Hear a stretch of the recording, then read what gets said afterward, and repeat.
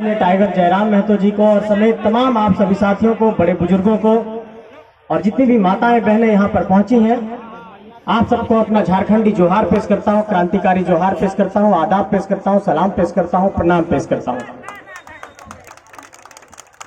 साथियों, मुझे ये लगता है कि जब झारखंडी भाषा खतियान संघर्ष समिति की कोई सभा चल रही होती है और जब वक्ता अपने विचारों को जब मंच के माध्यम से रख रहे होते हैं तो बहुत सारे ऐसे विषय हैं जो तमाम वक्ता अपने अपने वक्तव्य के माध्यम से रख देते हैं। बहुत ज्यादा ऐसा होता है कि हम लोग किसी विषय का रिपीटेशन करते हैं।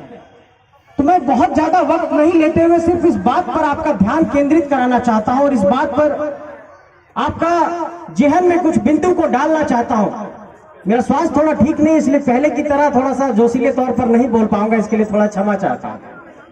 लेकिन इस बात को आपको समझना होगा कि 10 जनवरी 2022 की वो तारीख जब झारखंड के तोपचाची के इलाके से, मानटांड के इलाके के कोई एक सामान्य सा नौजवान अगर सड़कों पर निकल करके इस आक्रोश की भावना के साथ इस बात को कहा था कि अगर ये झारखंड बना है तो यहाँ पर भाषाई तौर पर हो चाहे नियोजन के तौर पर हो, पहली प्राथमिकता झारखंडियों को मिलनी चाहिए और इस झारखंड में पहला अधिकार झारखंडियों को मिलेगा।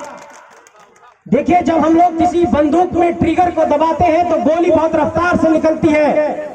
झारखंड की इसी वेदना और पीड़ा को 10 जनवरी को 2022 की तारीख को रणधीर वर्मा चौक पर उसी ट्रिगर को टाइगर जयराम महतो जी ने दबाया और झारखंडी जनमानस को सलाम पेश करता हूं कि इस चेतना को आप लोगों ने समझा और इसको जागृत किया कि नहीं, वास्तव में ये बात जायज है। लेकिन मैं ये बात कहना चाहता हूं कि ये पूरी लड़ाई, स्थानीयता की लड़ाई, नियोजन की लड़ाई, पुनर्वास की लड़ाई, विस्थापन की लड़ाई, नेतृत्व की लड़ाई, ये तो चलती रहेगी। लेकिन जो सबसे पहला बिंदु जिस पर केंद्रित करना है वो केंद्रित इस बिंदु पर करना है कि क्या नेतृत्व का कौशल गांव गलियारे से निकल रहा है? क्या नेतृत्व का कौशल किसी किसान मजदूर के घर से निकल रहा है? क्या नेता हमारे गांव घर से निकल रहे हैं? मैं यही से उदाहरण शुरू करता हूं।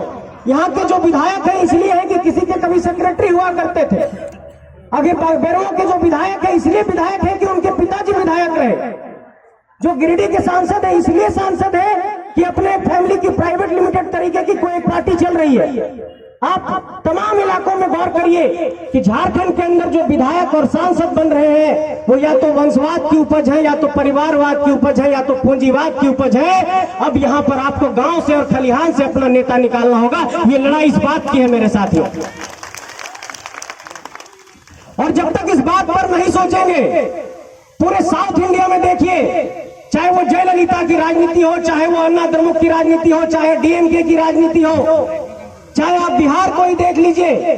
बिहार में एक नारा दिया जाता है, बिहार फर्स्ट, बिहारी फर्स्ट। तो जब हम ये बात कह रहे हैं कि झारखंड फर्स्ट, झारखंडी फर्स्ट, तो किसी के पेट में दर्द क्यों होता है? इस बात को आपको समझना होगा मेरे साथियों। किसी के पेट में दर्द इसलिए हो रहा है क्योंकि लोगों को लग रहा है कि ये आदिवासी, ये मूलवासी, ये झारखंड के खतियानी लोग, ये किसान मजदूर के बेटा बेटी लोग कहां से पीएचडी कर रहा है, कैसे लॉ कर रहा है, कैसे इन लोग पीजी कर लिया, कैसे हक अधिकार की बात करने लग रहा है और उसके पेट में अब चुलबुली होने लग रही है कि अरे इन लोग तो सांसद विधायक बनने की बात कहता है। अरे सिर्फ सांसद बनाए और विधायक बनाने की बात नहीं करते हैं, हम लोग मुख्यमंत्री बनाने की बात कर रहे हैं और 24 में ये सत्ता परिवर्तन का रास्ता हम लोग झारखंड के नौजवान बदल करके दिखाएंगे।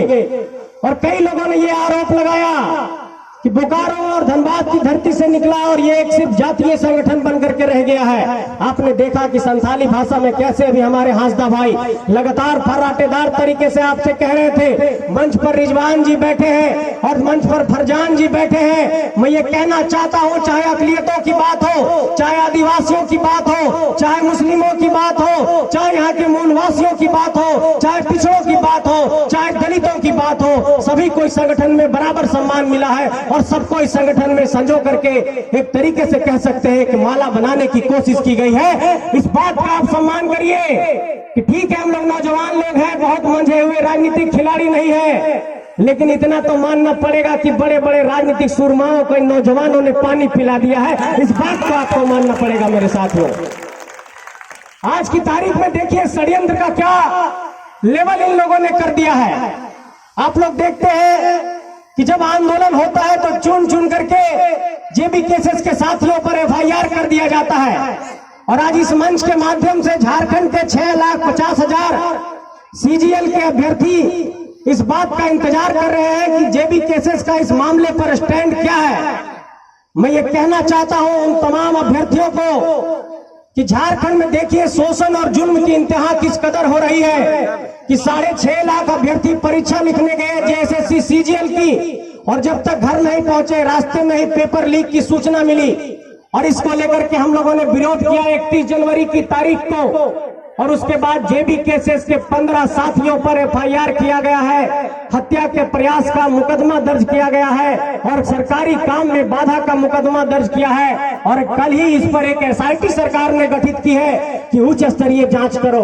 अरे सरकार में बैठे लोगों से ये पूछना चाहता हूं कि जिसने पेपर लीक कराया उसको कब पकड़ोगे, जो शिक्षा का माफिया है उसको कब पकड़ोगे, जो प्रश्न पत्र लीक करा रहा है उसको कब पकड़ोगे।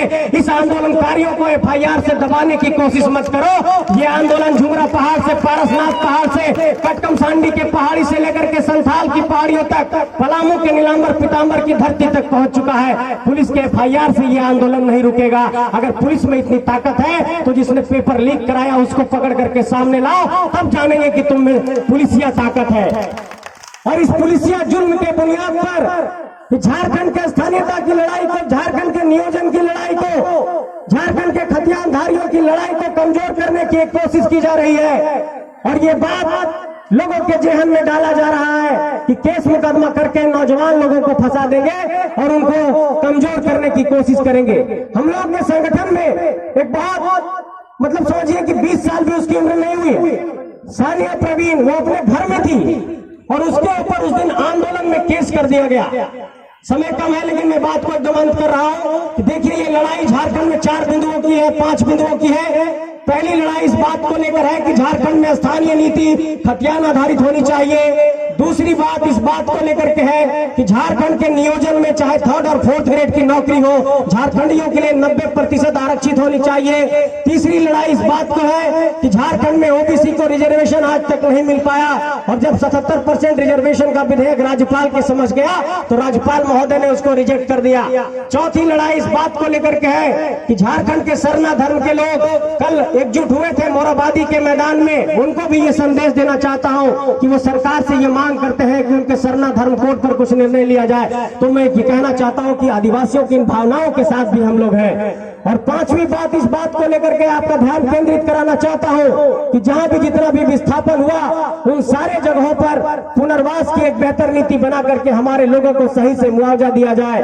और नौजवानों की जो लगातार मांग रही है, चाहे वो जेटेट की परीक्षा हो, चाहे सीजीएल की परीक्षा हो, चाहे वो तमाम झारखंड की प्रतियोगी परीक्षा हो, चाहे वो जेपीएससी हो, उसको पारदर्शी तरीके से आयोजित कराया जाए, पेपर लीक नहीं कराया जाए, सेटिंग गेटिंग नहीं किया जाए, सांठ-गांठ नहीं किया जाए, सीट नहीं बेचा जाए। यही मूल हम लोगों का मांग है और इसी मांग की बुनियाद पर इस आंदोलन को हम लोग आगे बढ़ा रहे हैं। आप लोगों से बस यही साथ चाहता हूं कि इस लड़ाई में साथ दीजिए, इस संगठन को साथ दीजिए। ये संगठन आपका है, ये संगठन पूरी तरीके से झारखंडियों को समर्पित है। कभी भी ये मत सोचिएगा कि आधिकारिक तौर पर अगर जेबी केसेस में हमारा कोई पद नहीं है तो जेबी केसेस को क्या योगदान दे सकते हैं। अगर जेबी केसेस को कोई योगदान देना चाहते हैं तो हर गांव में जाकर के 10, 20, 50 लोगों को इस विचारधारा को समझाइए, झारखंडियत की विचारधारा को समझाइए। यही आपकी असली सेवा होगी, यही झारखंड के प्रति आपकी असली सेवा होगी, यही झारखंड को आपको देने के लिए वैचारिक तौर पर आपका एक योगदान होगा। यही आप सबसे कहना चाहता हूं। आइए मिलकर झारखंड को आगे बढ़ाते हैं, झारखंड को बदलने का एक संकल्प लेते हैं और झारखंड की गलियों में जो ये आवाज कोने कोने तक पहुंची है इसको घर घर तक पहुंचाते हैं। आप लोगों से यही भरोसा रखता हूं कि इस लड़ाई को बीच रास्ते में नहीं छोड़ेंगे और इस मंच के माध्यम से आप लोगों को ये संकल्प दोहरा रहा हूं कि